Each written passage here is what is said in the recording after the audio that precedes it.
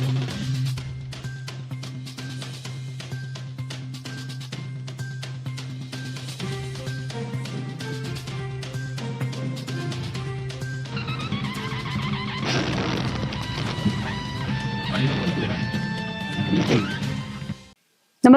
आपण पाहता Hirkani news. Hirkani news प्रत्येक क्षण ताज्या घडामोडी आणि महत्त्वाच्या प्रत्येक बातमीसाठी नेहमी तत्पर.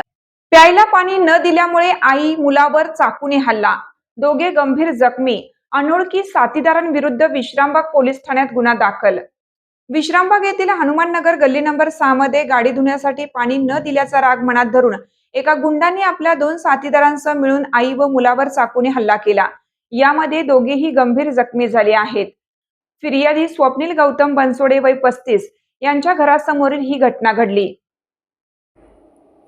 या प्रकरणी सोहेल तांबोळी उर्फ चंद्या टोल्या व त्याच्या 2 अनोळखी साथीदारांविरुद्ध विश्रामबाग पोलीस ठाण्यात गुन्हा दाखल करण्यात आला आहे.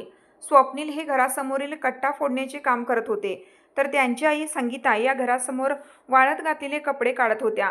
यावेळी संशयित सोहेल तांबोळी यांनी संगीता यांनी गाडी धुण्यास पाणी न दिल्याच्या रागातून वादावादी करीत त्यांना शिवीगाळ केली. स्वप्नील यांनी त्यांना तुम्ही गेटच्या आतमध्ये का आला असे विचारलं असता सोहेल यांनी चाकू काढून स्वप्नील व त्यांची आई संगीता यांच्यावर वार केले. या हल्ल्यात दोघेही गंभीर जखमी झाले आहेत. हल्ला केल्यानंतर संशयितांनी घटनास्थळावरून पलायन केलं.